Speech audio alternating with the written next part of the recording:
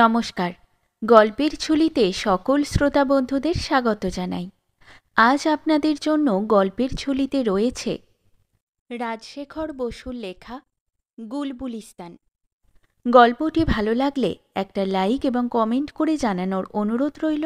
আর চ্যানেলে নতুন হয়ে থাকলে আরও গল্প শোনার জন্য চ্যানেলটি সাবস্ক্রাইব করতে কিন্তু ভুলবেন না। তাহলে চলুন শুনে নেওয়া যাক আজকের গল্প। সম্প্রতি আরব্য উপন্যাসের একটি প্রাচীন পুঁথি উজবেকিস্তানে পাওয়া গেছে। তাতে যে আখ্যান আছে তা প্রচলিত গ্রন্থেরই অনুরূপ, কেবল শেষ অংশ একেবারে অন্যরকম। বিচক্ষণ পণ্ডিতরা বলেন, এই নবাবিষ্কৃত পুঁথির কাহিনী অধিকতর প্রামাণিক ও বিশ্বাসযোগ্য, নীতিসঙ্গতও বটে। আপনাদের কৌতূহল নিবৃত্তির জন্য সেই উজবেকি উপসংহার বিবৃত করছি, কিন্তু তা পড়বার আগে প্রচলিত আখ্যানের আরম্ভ আর শেষ অংশ জানা দরকার। যদি ভুলে গিয়ে থাকেন তাই সংক্ষেপে মনে করিয়ে দিচ্ছি। শাহরিয়ার ছিলেন পারস্য দেশের বাদশাহ, আর তার ছোট ভাই শাহজামান তাতার দেশের শাহ। দৈবযোগে তারা প্রায় একই সময় আবিষ্কার করলেন তাদের বেগমরা, মায় সখী আর বাঁদির দল সকলেই ভ্রষ্টা। তখন দুই ভাই নিজ নিজ অন্তঃপুরের সমস্ত রমণীর মুণ্ডচ্ছেদ করলেন এবং সংসারে বিতরাগ হয়ে একসঙ্গে পর্যটনে নির্গত হলেন। স্ত্রী চরিত্রের আরেকটি নিদর্শন তারা পথে যেতে যেতেই পেলেন। এক ভীষণ দৈত্য তার সুন্দরী প্রণয়িনীকে সিন্দুকে পুরে 7টা তালা লাগিয়ে মাথায় নিয়ে ঘুরে বেড়াত। মাঝে মাঝে সে সুন্দরীকে হাওয়া খাওয়াবার জন্য সিন্দুক থেকে বার করত এবং তার কোলে মাথা রেখে ঘুমুত। সেই অবসরে সুন্দরী নব নব প্রেমিক সংগ্রহ করত। দুই ভ্রাতাও তার প্রেম থেকে নিষ্কৃতি পাননি। শাহরিয়ার তার কনিষ্ঠকে বললেন, ভাই, এই ভীষণ দৈত্য তার প্রণয়িনীকে সিন্দুকে বন্ধ করে 7টা তালা লাগিয়েও তাকে আটকাতে পারেনি। আমরা তো কোন ছাড়। বিবাগী দরবেশ হয়ে লাভ নেই, আমরা আবার বিবাহ করব। কিন্তু স্ত্রী জাতিকে আর বিশ্বাস নেই।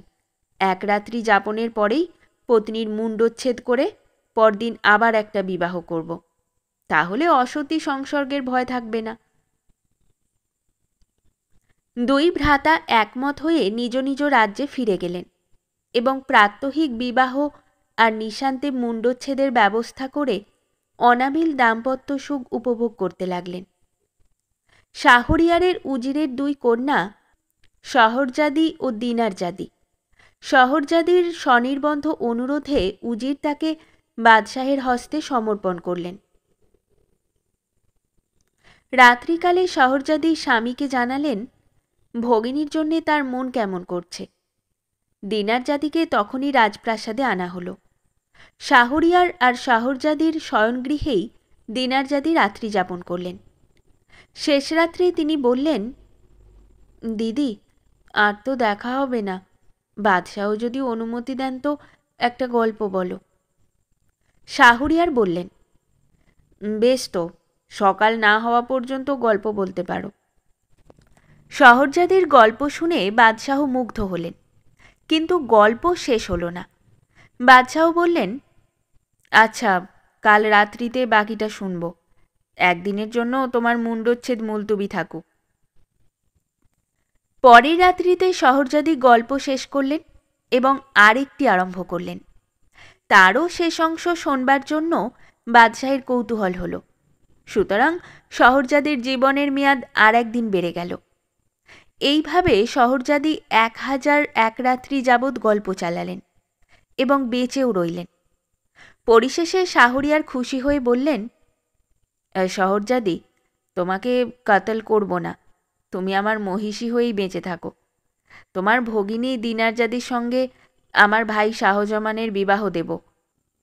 অতঃপর শহরজাদির সঙ্গে শাহরিয়ার এবং দিনারজাদির সঙ্গে শাহজামান পরম সুখে নিজ নিজ রাজ্যে কালযাপন করতে লাগলেন।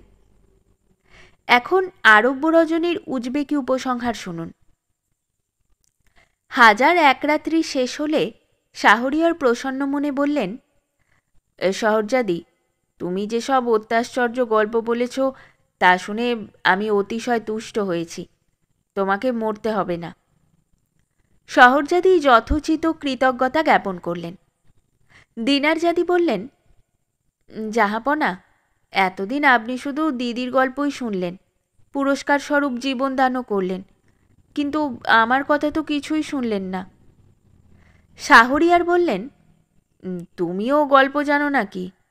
বেশ, শোনাও তোমার গল্প। দিনারজাদি বললেন, আমি যা বলছি তা গল্প নয়, একেবারে খাঁটি সত্য। জাহাপনা, আপনি তো বিস্তর স্ত্রী সংসর্গে এসেছেন, এমন কাকেও জানেন কি যার তুলনা জগতে নেই? কেন, তোমার এই দিদি আর তুমি? আমাদের চাইতে শতগুণে শ্রেষ্ঠ নারী আছে, তার বৃত্তান্ত আমার প্রিয় সখী গুলবদনের কাছে শুনেছি। তার দেশ বহু দূরে।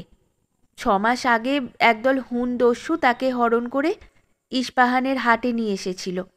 তখন আমার বাবা 100 দিনার দাম দিয়ে তাকে কেনেন। গুলবদনের সঙ্গে একটু আলাপ করেই আমি বুঝলাম যে সামান্য কৃতদাসী সে নয়, উচ্চ বংশের মেয়ে, গুলবুলিস্তানের শাহজাদিদের আত্মীয়া। গুলবুলিস্তান কোন মুলুক? তার নাম তো শুনিনি। যে দেশে প্রচুর গোলাপ তার নাম গুলিস্তান, আর যে দেশে যত গোলাপ তত বুলবুল তার নাম গুলবুলিস্তান। এই দেশ হচ্ছে হিন্দুকুশ পর্বতের দক্ষিণে বল্ক উপত্যকায়। জানেন বোধহয় অনেককাল আগে মহাবীর সেকেন্দার শাহ এই পারস্য সাম্রাজ্য আর পূর্ব দিকের অনেক দেশ জয় করেছিলেন। দিনকতক তিনি সসৈন্যে গুলবুলিস্তানে বিশ্রাম করেছিলেন। সেই সময় তিনি নিজে আর তার 2 সেনাপতি ওখানকার অনেক মেয়েকে বিবাহ করেন। বর্তমান গুলবুলিস্তানিরা তাদেরই বংশধর। ও দেশের পুরুষেরা দুর্ধর্ষ যোদ্ধা আর মেয়েরা অত্যন্ত রূপবতী। তাদের গায়ের রং গোলাপি, গাল যেন পাকা আপেল, চোখের তারা নীল, চিবুকের গড়ন গ্রিক দেবী মূর্তির মতন সুগোল। স্বয়ং সেকেন্দার শাহ ও দেশের রাজার পূর্বপুরুষ। এখন রাজা জীবিত নেই, 2 শাহজাদি রাজ্য চালাচ্ছেন, উৎফুলুন্নেশা আর লুৎফুলুন্নেশা। ও আবার কী রকম নাম? আগে গ্রিক ভাষার প্রভাবে অমন হয়েছে, নিকটেই হিন্দ মুলুক, তার জন্যেও কিছু বিগড়েছে। গুলবুলিস্তান অতি দুর্গম স্থান, অনেক পর্বত, নদী, মরুভূমি পার হয়ে যেতে হয়। পথে একটি গিরি সংকট আছে, বাবেল মৈমুন অর্থাৎ বানর তোরণ। 2 খাড়া পাহাড়ের মাঝখান দিয়ে অতি সরু পথ। 1 লক্ষ সুশিক্ষিত বানর সেখানে পাহারা দেয়, কেউ এলে পাথর ছুঁড়ে মেরে ফেলে। শোনা যায় বহুকাল আগে ও দেশের এক রাজা বাঙ্গাল মুলুক থেকে ওইসব বানর আমদানি করেছিলেন। জাহাপনা, আমি বলি কি, আপনি আর আপনার ভাই শাহজামান সেই গুলবুলিস্তান রাজ্যে অভিযান করুন। শাহজাদি উৎফুল আর লুৎফুলকে বিবাহ করুন। আমার সখী গুলবদন পথ দেখিয়ে নিয়ে যাবে। আপনাদের সঙ্গে গেলে সেও নিরাপদে নিজের দেশে ফিরতে পারবে। শাহরিয়ার বললেন, আমরা যাকে তাকে বিবাহ করতে পারি না। সেই 2 শাহজাদি দেখতে কেমন? তাদের চরিত্র কেমন? জাহাপনা, তাদের মতন রূপবতী দুনিয়ায় নেই, তেমন ভীষণ সতীও পাবেন না। তাদের যেমন রূপ তেমনই ঐশ্বর্য। আপনারা 2 ভাই যদি সেই 2 শাহজাদিকে বিবাহ করেন, তবে স্বর্গের হুরির মতন স্ত্রীর সঙ্গে প্রচুর ধনরত্নও পাবেন। তোমার দিদি কি বলেন?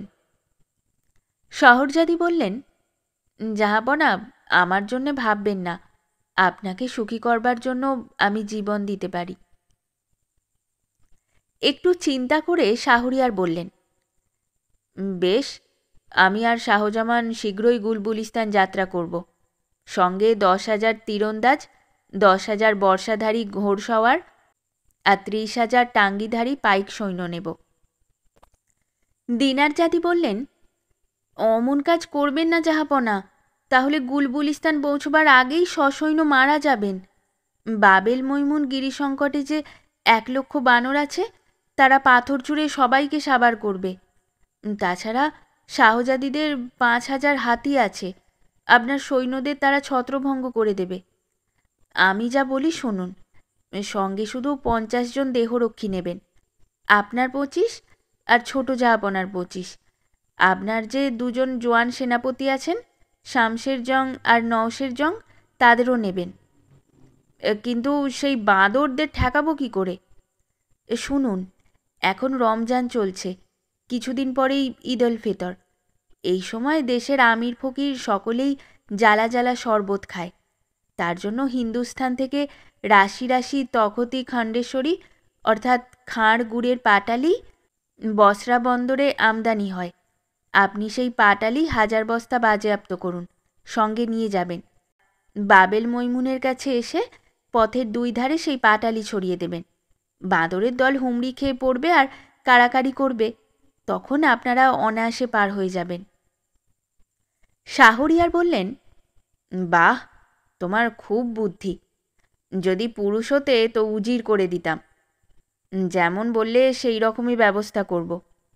শাহজামানের কাছে আজই দুধ পাঠাচ্ছি। তোমরা 2 বোন আর তোমাদের সখী গুলবদন যাবার জন্য তৈরি হও। দিনারজাদের পরামর্শ অনুসারে যাত্রার আয়োজন করা হলো।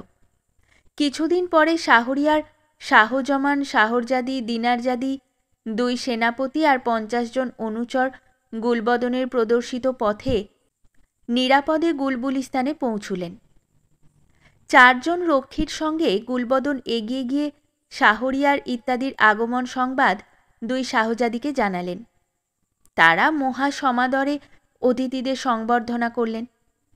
বিশ্রাম ও আহারাদির পর বড় শাহজাদি উৎফুল্লন্বেষা বললেন, মহামহিম পারস্যরাজ ও তাতাররাজ, কী উদ্দেশ্যে আপনারা এখানে এসেছেন তা প্রকাশ করে আমাদের কৃতার্থ করুন।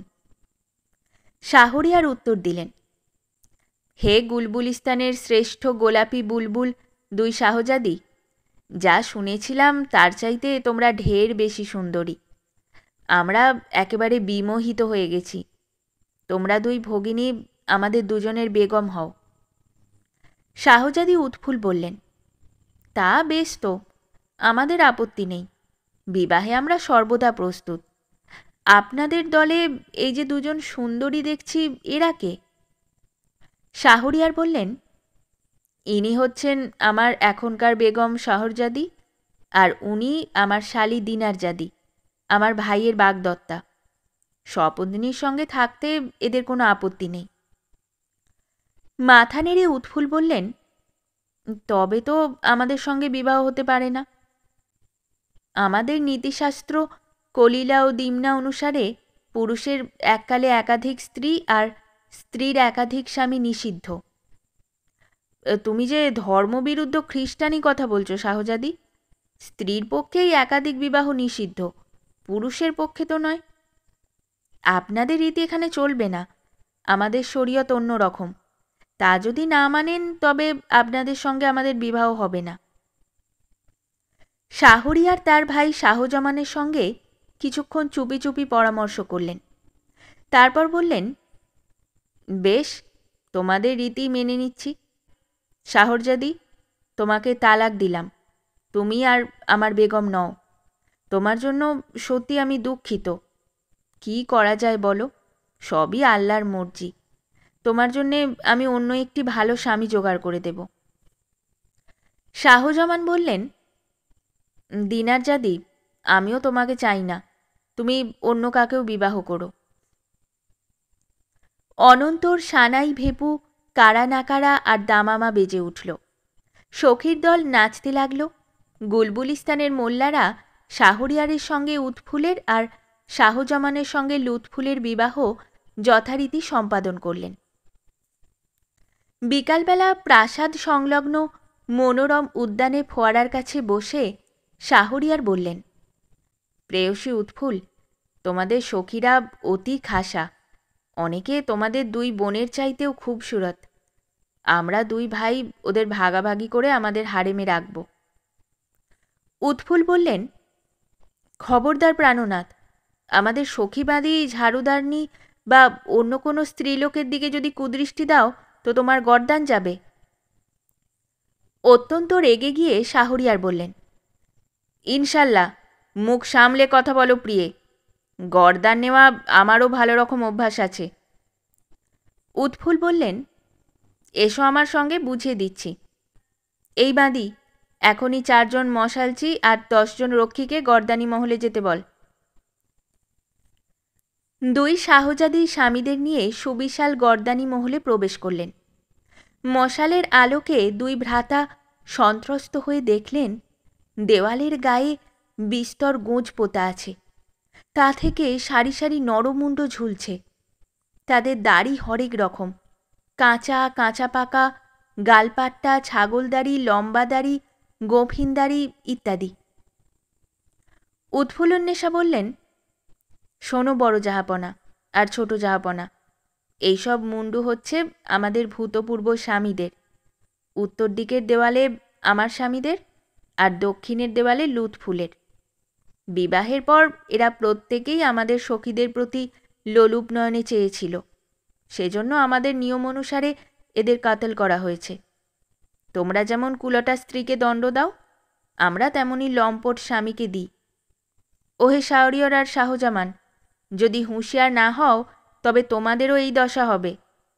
খবরদার, তলোয়ারে হাত দিও না, তাহলে আমাদের এই রক্ষীরা এখনই তোমাদের গর্দান নেবে। শাহরিয়ার বললেন, পিশাচি, রাক্ষসী, ঘুলি, ইবলিশ, নন্দিনী, তোমাদের মনে কি দয়া মায়া নেই? তোমাদের চাইতে ঢের বেশি আছে। তোমরা প্রতিদিন নব নব বধূ ঘরে এনেছ, এক রাত্রির পরেই প্রত্যেককে হত্যা করেছ। তাদের চরিত্র ভালো কি মন্দ তা না জেনেই মেরে ফেলেছ। আমরা অত নির্দয় নই, বিনা দোষে প্রতিহত্যা করি না। যদি দেখি লোকটা অন্য নারীর ওপর নজর দিচ্ছে, তবেই তার গর্দান নেই। শাহজামান চুপি চুপি বললেন, দাদা, মুন্ডুগুলো মাটির কি প্লাস্টিকের তৈরি নয় তো? শাহরিয়ার বললেন, না, তাহলে মাছি বসত না। অবশ্য একটু গুড় লাগালেও মাছি বসে। যাই হোক, এই শয়তানিদের কবল থেকে বেরিয়ে যেতে হবে। আমাদের সঙ্গে যদি প্রচুর সৈন্য থাকতো, তবে সখীর দল সমেত এদের গ্রেপ্তার করে নিয়ে যেতাম। তারপর শাহরিয়ার গুরুগম্ভীর স্বরে বললেন, শাহজাদি, তোমাদের আমরা তালাক দিলাম, এখনই দেশে ফিরে যাব। উৎফুল বললেন, তোমাদের তালাক বাক্য গ্রাহ্য নয়, এখানকার আইন আলাদা। আমরা ছেড়ে না দিলে তোমাদের এখান থেকে মুক্তি নেই। তবে এই সখীদের সরিয়ে দাও, ওরা চোখের সামনে থাকলে আমাদের লোভ হবে। ওরা এখানেই থাকবে, নইলে তোমাদের চরিত্রের পরীক্ষা হবে কি করে? মাথা চাপড়ে শাহরিয়ার বললেন, আমাদের পারস্য আর তাতার রাজ্যের কি হবে? উৎফুল বললেন, তার জন্যে ভেবো না। তোমার সেনাপতি শামশের জং শাহরজাদিকে বেগম করে পারস্যের সিংহাসনে বসবে, আর নওশের জং দিনার জাদিকে বেগম করে তাতার রাজ্যের মালিক হবে। তুমি আর শাহজামান এখনই ফরমান আর রাজিনামায় পাঞ্জার ছাপ লাগাও। দেরি করো না, তাহলে বিপদে পড়বে।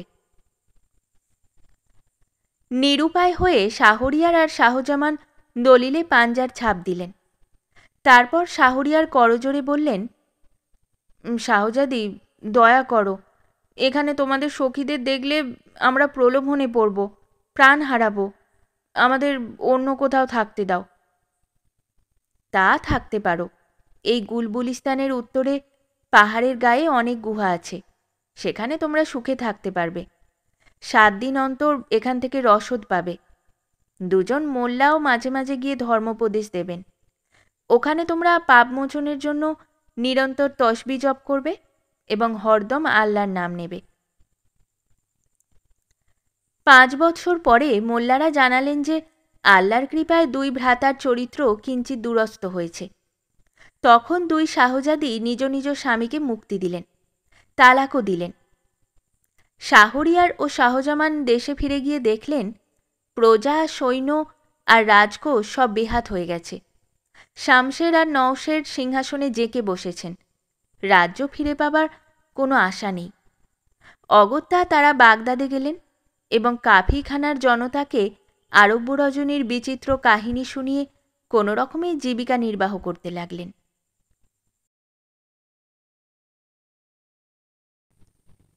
শেষ হলো আমাদের আজকের গল্প। গল্প পাঠে এবং বিভিন্ন চরিত্রে আমি তৃষিতা। গল্পটি ভালো লাগলে লাইক এবং শেয়ার করে দেবেন। আর চ্যানেলে নতুন হয়ে থাকলে আরও গল্প শোনার জন্য চ্যানেলটি সাবস্ক্রাইব করতে কিন্তু ভুলবেন না। খুব তাড়াতাড়ি নতুন একটি গল্প নিয়ে ফিরে আসব। সকলে ভালো থাকুন, শুনতে থাকুন গল্পের ঝুলি।